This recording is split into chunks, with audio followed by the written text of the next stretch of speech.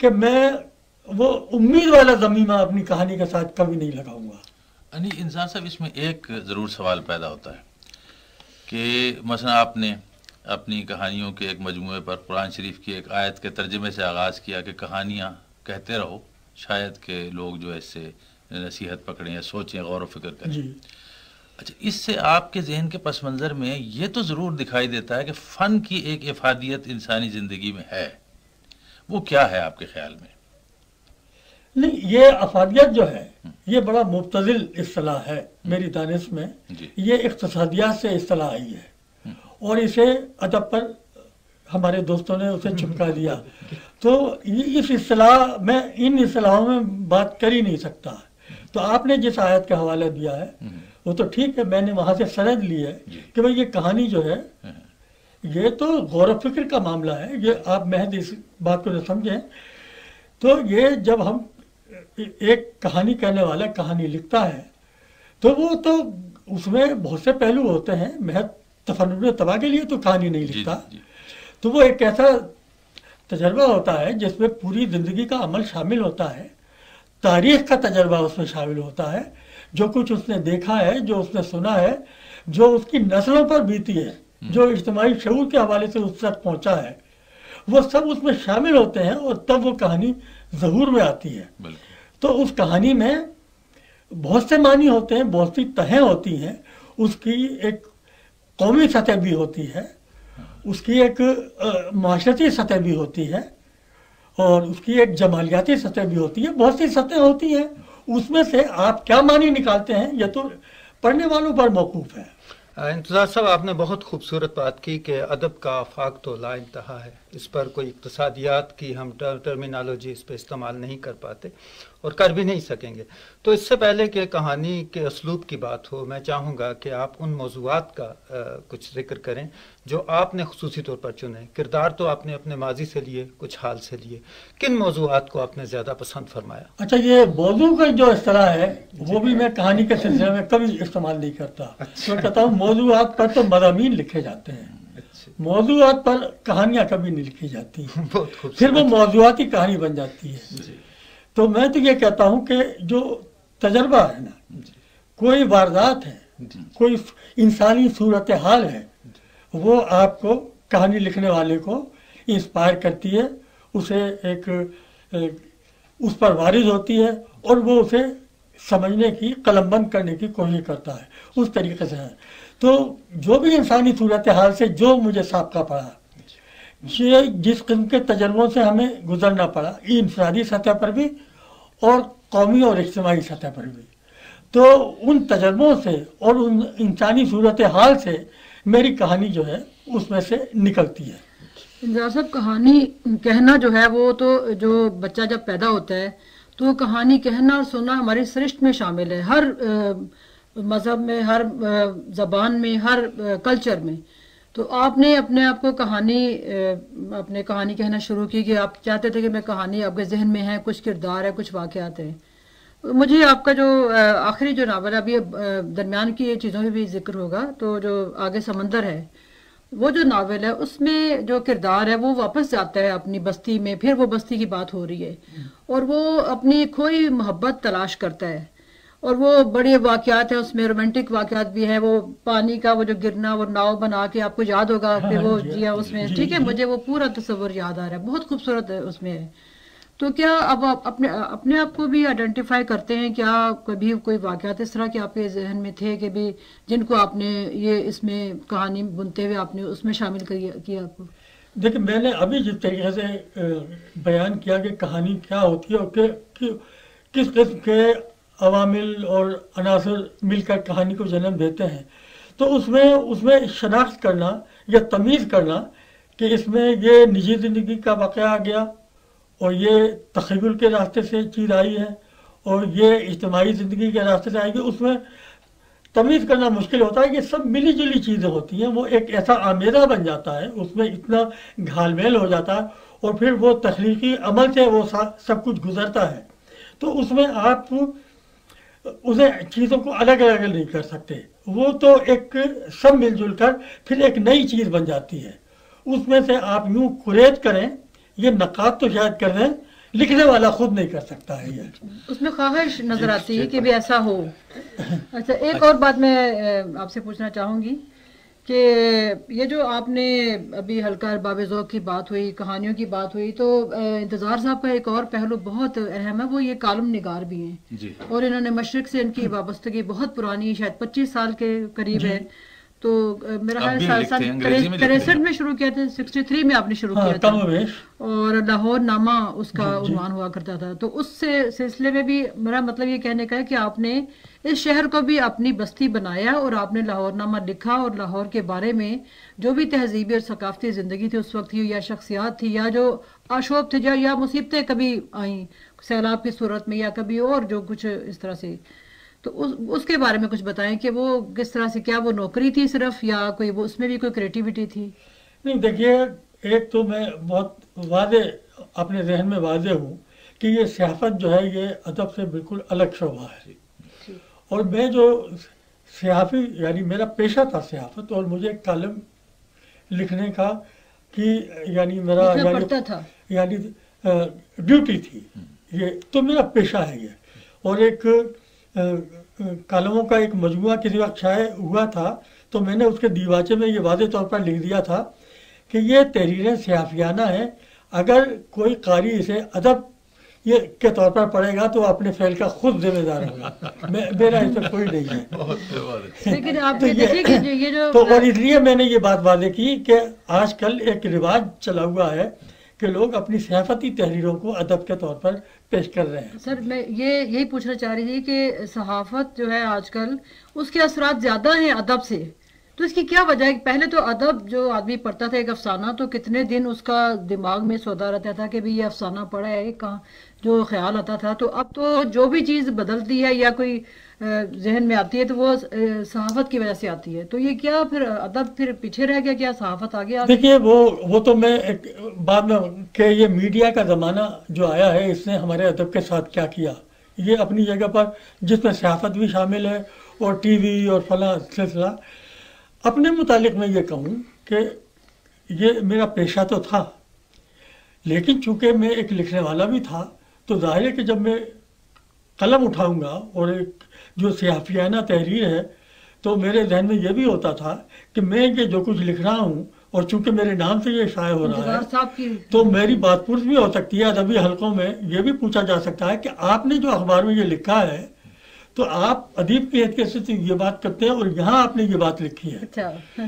تو میرے ساتھ میں اخباری ذمہ داری جو تھی وہ اپنی جگہ، اور پھر مجھے یہ احساس کہ میں چونکہ افسانہ نگار ہوں اور مجھ سے یہ جواب طلب کیا جا سکتا ہے حلقے میں یا کسی اور محفل میں، تو اس ذمہ داری کو بھی میں پیش نظر رکھتا تھا. جب تو میں نے کوشش یہ کی کہ میں اپنے کالم میں کوئی ایسی بات نہ لکھوں کہ جس کی وجہ کہ جس میرے قاری جو ہے، ادب کا قاری جو ہے، وہ یہ کہے کہ یہ افسانہ نگار اور تھا اور یہ وہاں صحافت میں جا کر یہ کیا کر رہا ہے.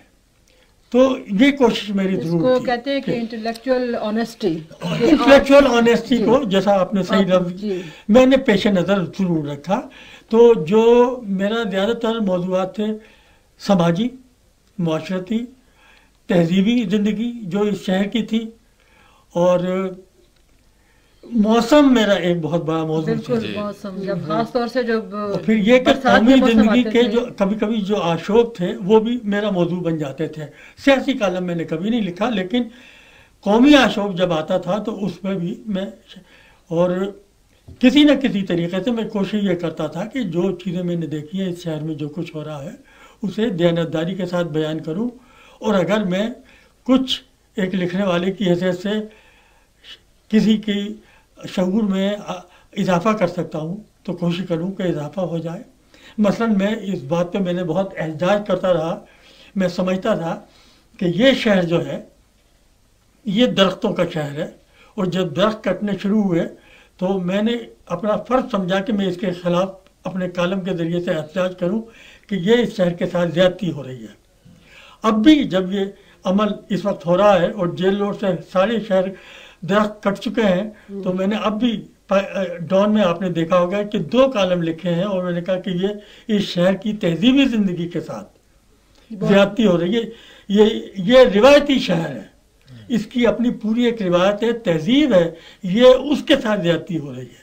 تو میں نے شروع سے یہ سمجھا کہ یہ شہر جس طریقے سے میں نے اسے جانا ہے اور سمجھا ہے اور ایک روایتی شہر کے طور پر اسے قبول کیا ہے، اور میں اس کے ساتھ انصاف کروں۔ جی، یہ کالجوں کا شہر تھا، باغوں کا شہر تھا، کالجوں کا شہر، جس طریقے سے میں نے کالجوں میں دیکھتا رہا ہوں، اور لڑکیوں کے کالجوں کو میں، چونکہ میں کالم نگار تھا اور ایک زمانے میں لڑکیوں کے کالجوں میں مشرق بہت مقبول تھا، جب ابھی ٹی وی نہیں آیا تھا تو مشرق بہت پڑھا جاتا تھا، اور اس واسطے سے میں بہت بلایا جاتا تھا لڑکیوں کے کالجوں میں، لڑکوں کے کالجوں میں۔ تو مجھے پتا ہے کہ لڑکیاں کیسے، اچھا لڑکیاں جو تھی اس زمانے میں، وہ کالم والم لاہور نامہ اس زمانے میں پڑھا جاتا تھا، اور وہ میرے افسانے تو انہوں نے پڑھے نہیں تھے، کالم پڑھتی تھی، اور وہ سمجھتی تھی کہ یہ بہت بڑا ادیب ہے۔ تو میں ان لڑکیوں کو بتاتا تھا کہ یہ ادب نہیں ہے، اگر واقعی تم پڑھنا چاہتی ہو، مجھے ادیب سمجھتی ہو، تو میری کہانیاں پڑھو۔ تو وہ لاہور نامہ سمجھتی تھی کہ یہ ادبی شاہکار ہے۔ یہاں سے یہ سوال پیدا ہوتا ہے کہ آپ نے چونکہ افسانہ نگار بھی ہیں اور ناول نگار بھی ہیں اور بہت اچھے کردار تخلیق کیے، تو زندگی میں عشق بھی کیے، اور کب کیے اور کتنے کیے، اور کامیاب بھی ہوئے یا ناکام ہی رہے؟ دیکھیے عشق کتنے، یہ تعداد میں عشق ہوں، یہ تو میرے تصور میں بات آتی ہے۔ چیزیں بہت سی بھاگتی ہیں زندگی میں، اس معاملے میں بھی میں بڑا روایتی آدمی ہوں، ہماری ایک تاریخ ہے پوری، تو اس میں عاشق جو تھا وہ ایک عشق کیا کرتا تھا، مجنون اور فرحاد۔ میرا جو شعور ہے، تہذیبی شعور جو ہے، اس میں تو مجنون اور فرحاد ہے۔ اب یہ کہ مجنون نے ایک سے زیادہ عشق، یہ تو میں تصور کر ہی نہیں سکتا۔ تو ایک عشق ناکام ہو گیا نا، پھر اس کے بعد پھر زندگی کیسے گزرنی؟ نہیں، عشق تو ایک ہی ہوتا ہے اور مسلسل ایک ہی ہوتا ہے، وہ عشق ناکام ہی ہوا کرتا ہے، کامیاب کبھی نہیں ہوتا ہے۔ جو عشق کامیاب ہو جائے پھر وہ تو عشق نہیں رہتا نا، پھر وہ۔ اچھا، شادی اپنے پھر کی، اور جو بیگم صاحب ہیں، شادی اور عشق یہ دو الگ الگ۔ اچھا، عشق تو انسان خود سے بھی کرتا ہے۔ تو یہاں ایک سوال، جی ایک سوال ہے میرے پاس کہ سنجیدہ کہانی کیوں ختم ہوتی جا رہی؟ کیا لوگ ایگزیکٹنس کے قائل ہو گئے ہیں، یا امیج اور تخیل اور خیال کی اڑان جو تھی وہ مجروح ہو گئی ہے، اور اگر مجروح ہوئی تو کہاں ہوئی؟ دیکھیے ہم نے جو کہانی کا ہمارا تصور تھا، جس زمانے میں ہم نے ہوش سنبھالا، تو کہانی جو تھی بڑا سنجیدہ عمل سمجھی جاتی تھی۔ دیکھیں میں نے جن ذکر کیا، وہ جو نئے ادب کی تحریک چل رہی تھی، اور جس نے یہ افسانہ نگار پیدا کیے تھے، منٹو، بیدی، اس قسم کے، اب یہ کہانیاں جو تھیں لوگوں کو سوچنے پر مائل کرتی تھیں، یہ سنجیدہ عمل تھا نا، اور لوگوں کے لیے تفنن اور تفریح طبع کا باعث بھی تھی، کیونکہ ادب کا تفریح طبع جو ہے ادب کا حصہ ہے، تو وہ تو ہوتا تھا۔ اگر یہ کہانی ختم ہو جائے تو کہانی ختم ہو گئی، سمجھیے، ناول ہو یا افسانہ ہو، تو یہ محض یہ نہیں ہے کہ ادب کہانی سے سنجیدگی جاتی رہی ہے۔ مجھے یہ پورے ادب کا زوال نظر آ رہا ہے، جس طریقے کی شاعری ہو رہی ہے، جس طریقے کا افسانہ لکھا جا رہا ہے، تو اور یہ فضا، اس میں بڑا حد تک میڈیا کا بھی ہاتھ ہے۔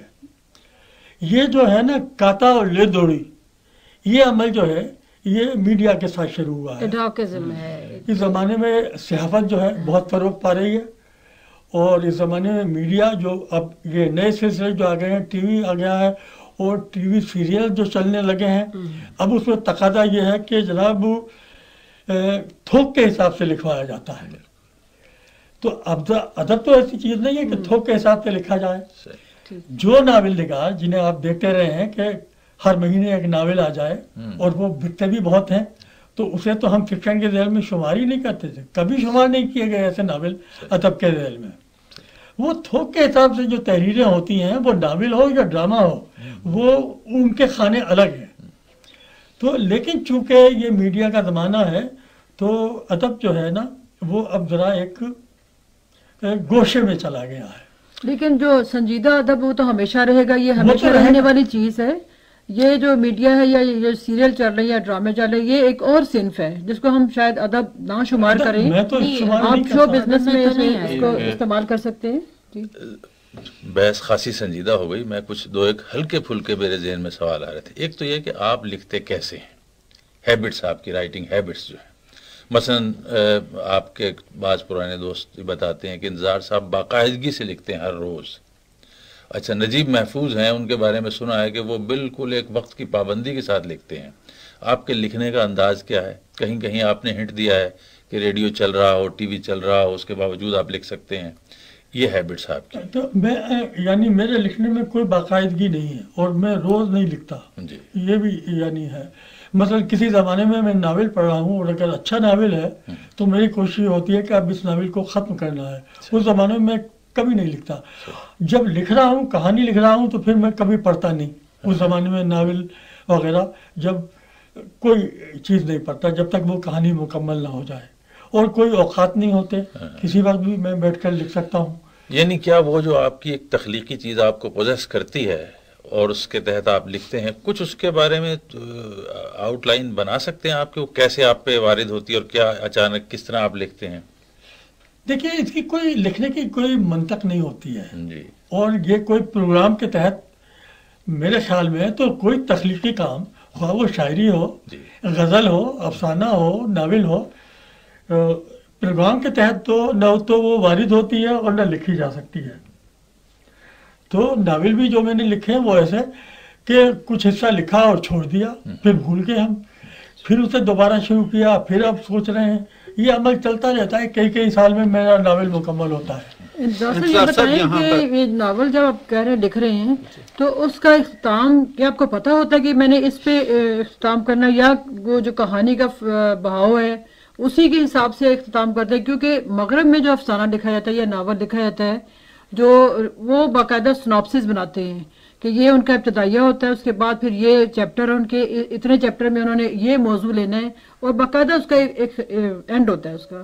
تو کیا یہ جو ہے ریجیمنٹیشن جو ہے کیا ادب میں ہمارے ہاں ہے کہیں پہ؟ نہیں, یہ جو آپ نے مغرب کے لکھنے والوں کا ذکر کیا ہے, مجھے اس سے تھوڑا سا اختلاف ہے. کون سے مغرب کے لکھنے والے ہیں؟ میں نے ایک خاتون کا پڑھا تھا کہ وہ بہت بیسٹ سیلر ہے, مطلب بیسٹ سیلر ہے. میں تو بیسٹ سیلر کو کبھی پڑھتا ہی نہیں. اچھا چلیں, مطلب میں نے کافکا کو پڑھا, وہ بیسٹ سیلر کبھی اس کی میرے خیال میں جیسے ہماری کتاب بکتی ہے ایسے ہی اس کی کتاب بھی وہاں بکتی ہوگی.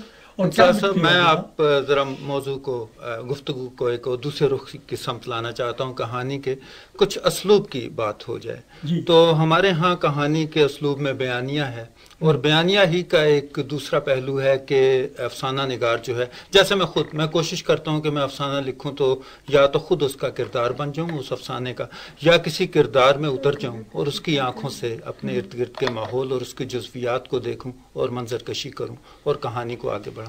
تو آپ کے خیال میں, یعنی سوال کے دو پہلو میں چاہتا ہوں اس پر کہ اکٹھے وہی دونوں پہلو آپ کے سامنے رکھوں, کہ آپ نے کس قسم کے اسلوب کو پسند فرمایا. کچھ تو ہم نے آپ کے افسانے دیکھے, خود آپ نے اپنے طور پہ کسے آپ نے پسند فرمایا, اور آپ کے خیال میں اردو افسانہ جو ہے اس کا مستقبل کس قسم کے اسلوب کا ہوگا, آپ کیا سوچتے ہیں؟ دوسرا سوال آپ کا بہت ڈبل بیرل اور طویل ہو گیا, ساتھ ساتھ بسکٹ اور چائے بھی لیجیے. اور انتظار صاحب جی دیکھیے, بات یہ کہ کسی ایک اسلوب سے میری وابستگی نہیں ہے. اس وقت جو صورتحال میری ہے کہ ایک وقت میں نے 19ویں صدی کا فکشن پڑھا تھا, اور جس میں رشین فکشن جو تھا زیادہ تھا. چیخوف جو تھا میرے لیے بہت ایک مثال تھا کہ مختصر افسانہ ہو تو ایسا ہو جیسا کہ چیخوف نے لکھا ہے.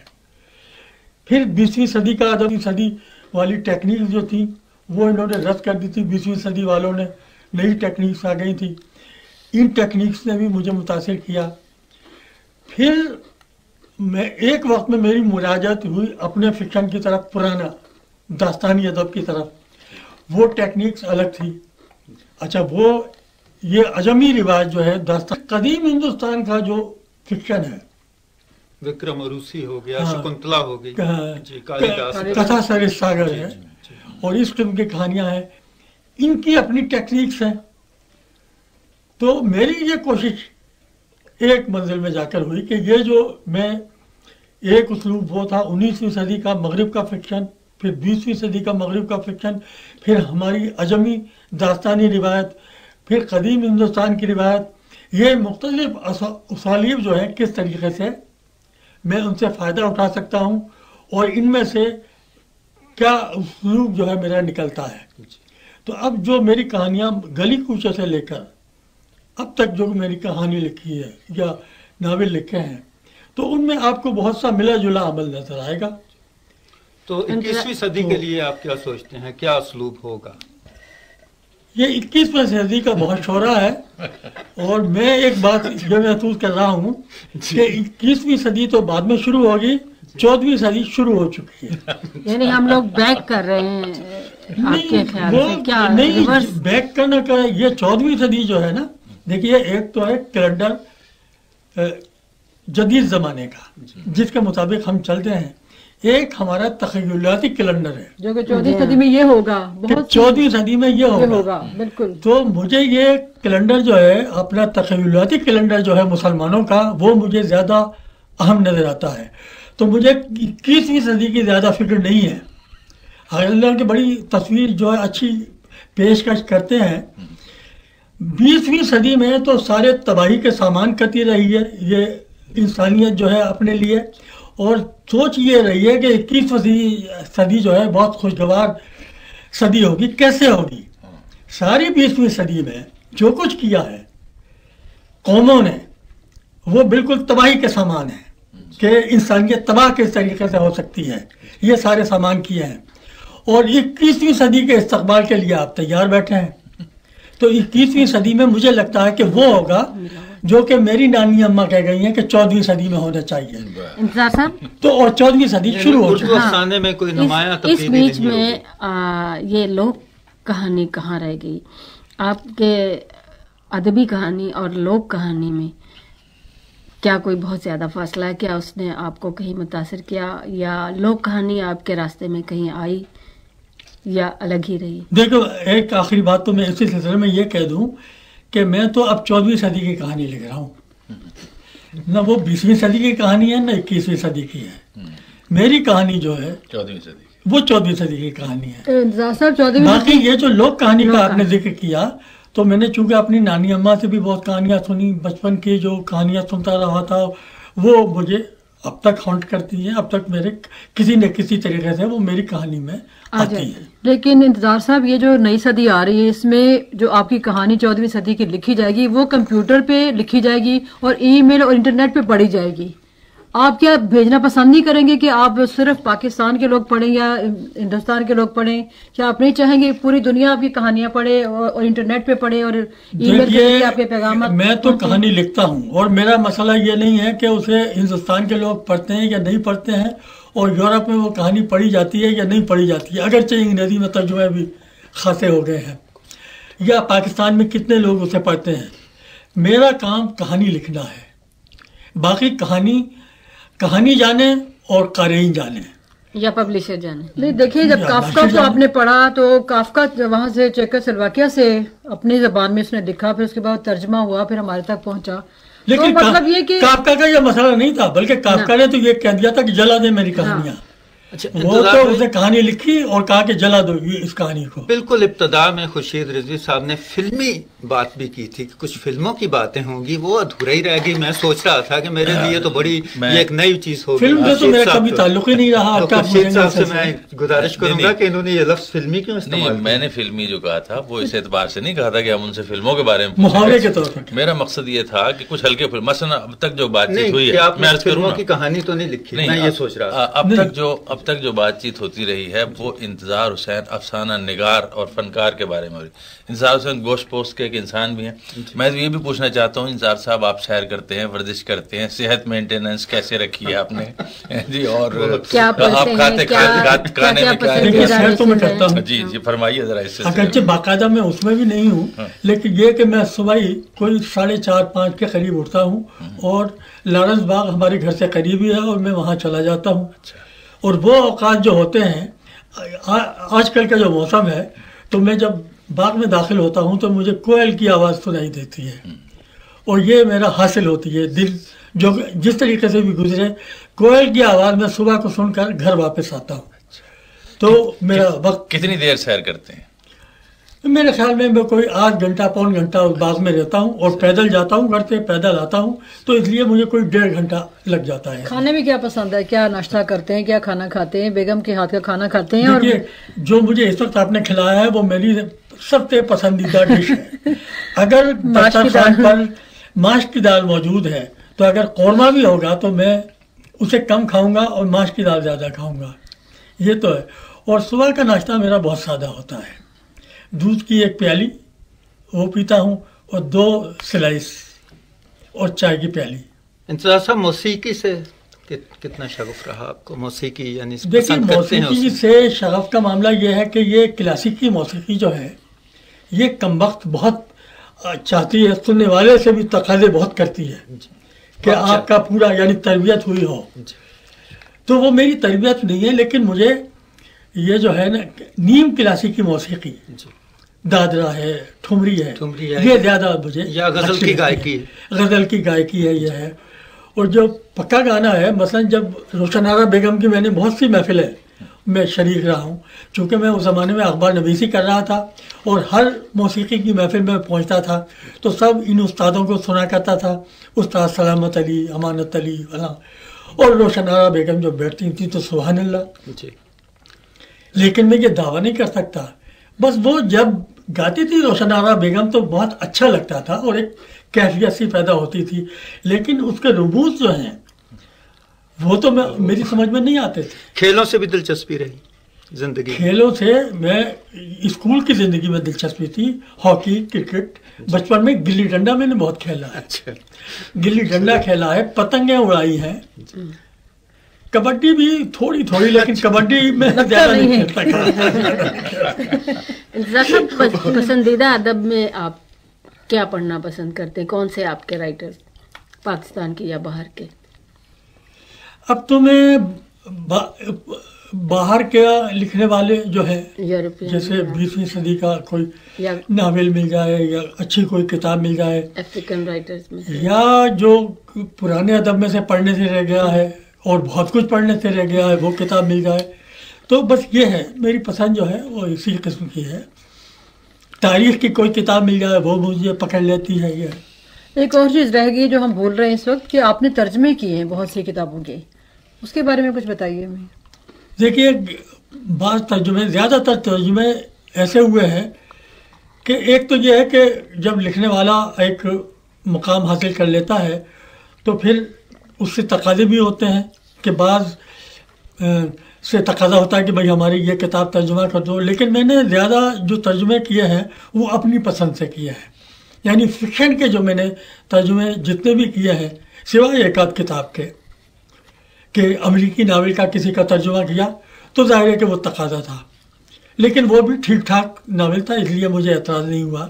باقی چیخوف کے کچھ ترجمے ہیں، ترگنیف کے ترجمے ہیں، اور ابھی حال ہی میں نے عطیہ حسین کے ایک ناول کا ترجمہ کیا ہے۔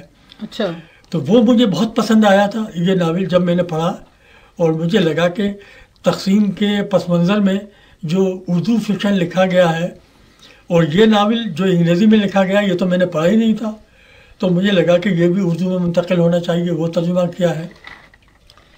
بلکہ میرا جی چاہتا ہے کہ جو جنہیں میں پسند کرتا رہا ہوں ان کی اور چیزیں ترجمہ کروں، پتہ نہیں وقت ملے گا یا نہیں۔ یہ انتظار صاحب، آپ نے ناول بھی اور افسانہ جب لکھا تو آپ نے خود کیا محسوس کیا کہ آپ کے سیلف کا اظہار بہتر کہانیوں میں ہوا یا ناولوں میں ہوا؟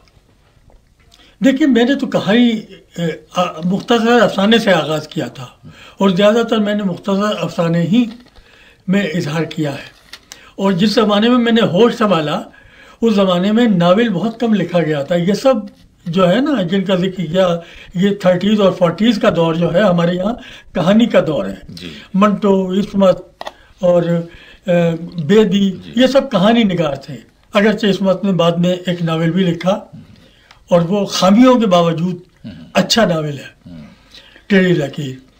تو ہم نے افسانے ہی کو اپنا اظہار کا ذریعہ بنایا تھا، لیکن بہت جلدی مجھے احساس ہوا کہ مجھے ناول بھی لکھنا چاہیے۔ تو 50s ہی میں جب میں کہانیاں لکھ رہا تھا تو چاند گہن بھی لکھ لیا تھا ایک ناول، پھر میں بھول گیا ناول لکھ کر، پھر میں نے کئی 80s میں جا کر ناول کو ہاتھ لگایا اور بستی لکھا، یہ کتنے عرصے میں مکمل کیا آپ نے؟ کئی سال میں. کئی سال لگے؟ 5-6 سال کم از کم.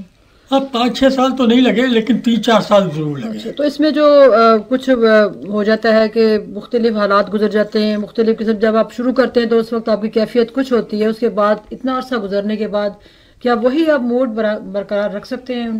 نہیں، وہ یہ ہے کہ مثلا بستی جو میں نے لکھنا شروع کیا تھا وہ زمانہ تھا ایک قومی آشوب سے ہم گزر رہے تھے، اور وہ یہ تھا کہ 70 کے قریب مجھے خیال آیا، سن 71 کے سالوں میں، کہ جب یہاں بہت قومی انتشار تھا تو اس وقت مجھے یک احساس ہوا اور میں نے لکھنا شروع کیا تھا، اور کچھ حصہ لکھا گیا تھا اور میں نے لکھ کر چھوڑ دیا، اور جب مشرقی پاکستان کا زوال ہو چکا پھر میں نے دوبارہ قلم اٹھایا اور 1-2 سال میں مکمل کیا، اور مجھے یہ احساس ہوا کہ ابھی یہ آشوب چل رہا ہے. تو اس لیے یہ احساس نہیں ہوا کہ بھئی جس صورتحال میں نے یا جس ذہنی کیفیت میں میں نے قلم اٹھایا تھا وہ ذہنی کیفیت ختم ہو گئی.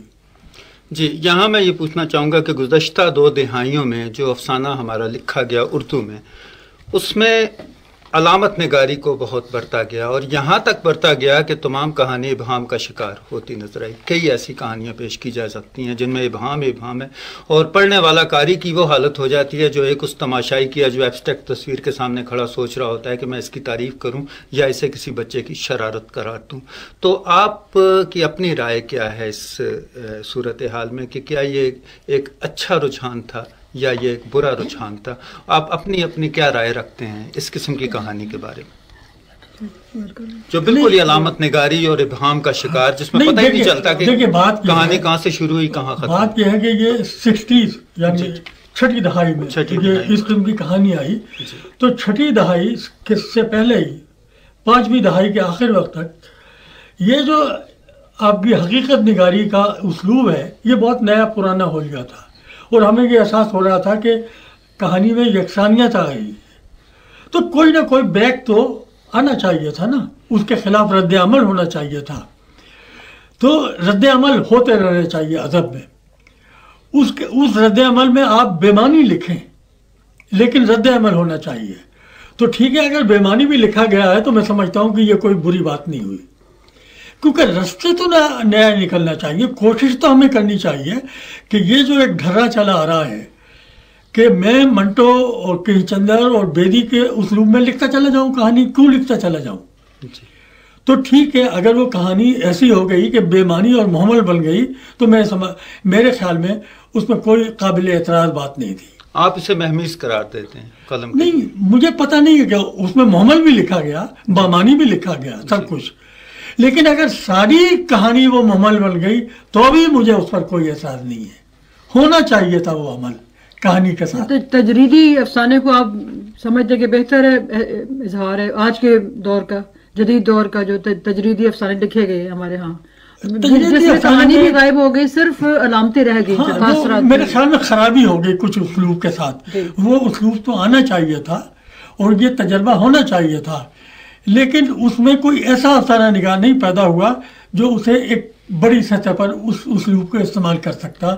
وہ کہیں بیچ میں یہ تجربہ اسلوب رہ گیا. ہمارے ہاں یہ جو راول پنڈی اور اسلام آباد میں افسانہ نگار ہیں، بہت اچھے افسانہ نگار ہیں، وہاں پہ یہ تجربے ہوئے ہیں کہ علامتی افسانہ اور جو ہے علامتی تجریدی افسانہ جو ہے کافی سارے اس میں اپنا بہتر جانتے ہیں ہم سے. نہیں، وہ اسلام آباد میں تھے، لاہور میں بھی کچھ ایسے لکھنے والے تھے، انور سجاد تھا، خالدہ حسین تھی، ہندوستان میں بھی تھے، بلراج مہندرا اور سریندر پرکاش وغیرہ. یہ پورے اردو ادب میں ایک رجحان آیا تھا اور ان میں اچھی کہانیاں بھی آپ کو ملیں گی، ایسی بات نہیں ہے. انتظار صاحب، ایک آپ کا بالکل ہم بھول گئے یا نظر انداز ہم سے ہو گیا، آپ کا ایک رول تھا جو آپ نے ریڈیو کے ساتھ ادا کیا. ریڈیو پر آپ نے بہت لکھا اور ٹی وی کے لیے بھی خیر ڈرامہ لکھا. ریڈیو کے ساتھ آپ کی وابستگی جو ہے اس پر کچھ تھوڑی سی روشنی. دیکھیے، ریڈیو سے بہت شروع میں میرا تعلق قائم ہو گیا تھا اور میں نے ڈرامے لکھے. وہ زمانہ ایسا تھا جب اظہار کاظمی یہاں تھے اور ہمارے دوست تھے کچھ، تو خاصے سالوں تک میں ڈرامے لکھتا رہا. اور ریڈیو ہی کے واسطے سے پھر میں نے ایک اسٹیج ڈرامہ لکھا.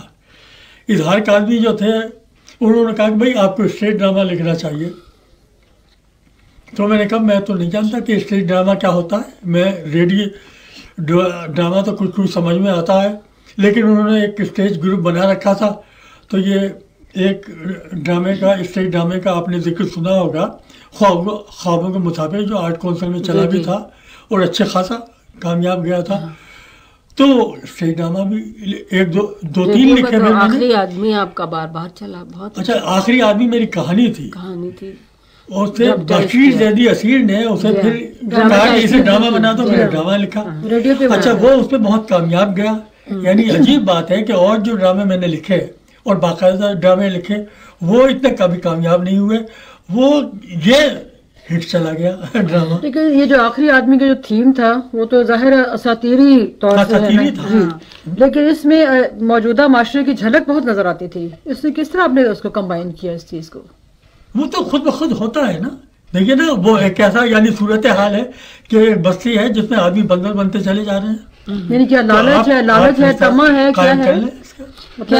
یہاں ایک اور سوال میٹامارفوسس تھا یا کہ لوگ اندر سے ڈیٹیریٹ ہو رہے تھے، اندر سے بد شکل ہو رہے تھے، یا بے شک؟ مجھے پتہ نہیں. دیکھیے اس میں جو معنویت آئی، میں تو اسے قرآن کا فیض کہتا ہوں، کیونکہ یہ جو میں نے قرآن کی آیت پڑھی تھی تو اس میں خود آیت میں اتنے معنی بھرے ہوئے ہیں کہ میں نے تو ذرا برابر اس سے لیا ہوگا، تو اس حوالے سے اس میں بھی معنی آ گئے. کیونکہ بندر سے انسان بنا اور انسان سے پھر بندر بن گیا. یہ مراجعت جو تھی یہ تو اس کی یہ جو سمجھ میں نہیں آئی. یہ جو کہانیاں آپ کی ہیں، چند ایک جن کی طرف اشارہ ہو رہا ہے، آخری آدمی ہے یا زرد کتا ہے یا کایا کلپ ہے، اس میں ایک یہ نقطہ بار بار سامنے آتا ہے کہ آدمی اپنی کسی نہ کسی جبلت سے مار کھاتا ہے. اچھا، اس میں یہ ایک سوال ضرور پیدا ہوتا ہے کہ کیا فنکار ایک اصلاحی وین میں بول رہا ہے، وہ یہ کہنا چاہتا ہے کہ اس کو مار نہیں کھانی چاہیے، یا وہ اس پر تعصف کر رہا ہے کہ یہ ایک میٹر آف فیکٹ چیز ہے، ایک حقیقت ہے اور اس سے کوئی مفر نہیں؟ اس میں یعنی آپ کا رول کیا ہے؟ نہیں، اس میں میرا کوئی رول نہیں ہے. میں تو یعنی یہ طریقے سے میں نے اس وقت محسوس کیا. مثلا میں قرآن کی آیت میرے ذہن میں اٹکی ہوئی تھی، وہ تو میں نے بچپن میں کسی وقت میں بتا دوں کہ میرے والد صاحب جو تھے انہوں نے ابتدائی تعلیم، انہوں نے کہا کہ اسکول میں داخل نہیں کراتا میں. وہ ذرا مولوی ان کا ذہن تھا، مزاج تھا، تو انہوں نے کہا کہ میں اسے عربی پڑھاؤں گا. کہاں تک پڑھی آپ؟ تھوڑی بہت پڑھی، صرف اور نحو بہت انہوں نے مجھے رٹنے کی کوشش کی، پڑھ نہیں سکا، لیکن صرف اور نحو انہوں نے مجھے بہت پڑھائی اور قرآن جو ہے بامانی پڑھایا. تو وہیں سے سورہ بقر کی جو یہ آیت میرے ذہن میں اٹکی ہوئی تھی، اور دیکھیے کب کی پڑھی ہوئی تھی اور کب جا کر اس نے ایک شکل اختیار کی. تو اب کس طریقے سے آپ کا عہد جس میں آپ رہ رہے ہیں اور کس طریقے سے آپ نے جو بچپن میں جو کچھ آپ نے پڑھا ہے، جو آپ نے سیکھا ہے، کس طریقے سے اس میں رشتہ قائم ہوا، یہ ایک بڑا پیچ در پیچ عمل ہوتا ہے. تو اس کے متعلق میں کچھ بھی نہیں کہہ سکتا. میرا کیا رول ہے؟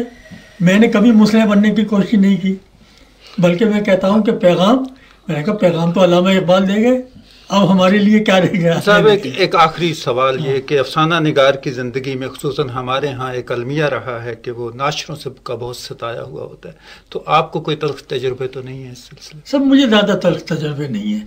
اچھا، میں ایک بات بتا دوں کہ جو ناشر بہت بدنام رہے ہیں کہ یہ ادائیگی نہیں کرتے تھے رائلٹی کی، میں نے ان سے بھی رائلٹی وصول کی ہے.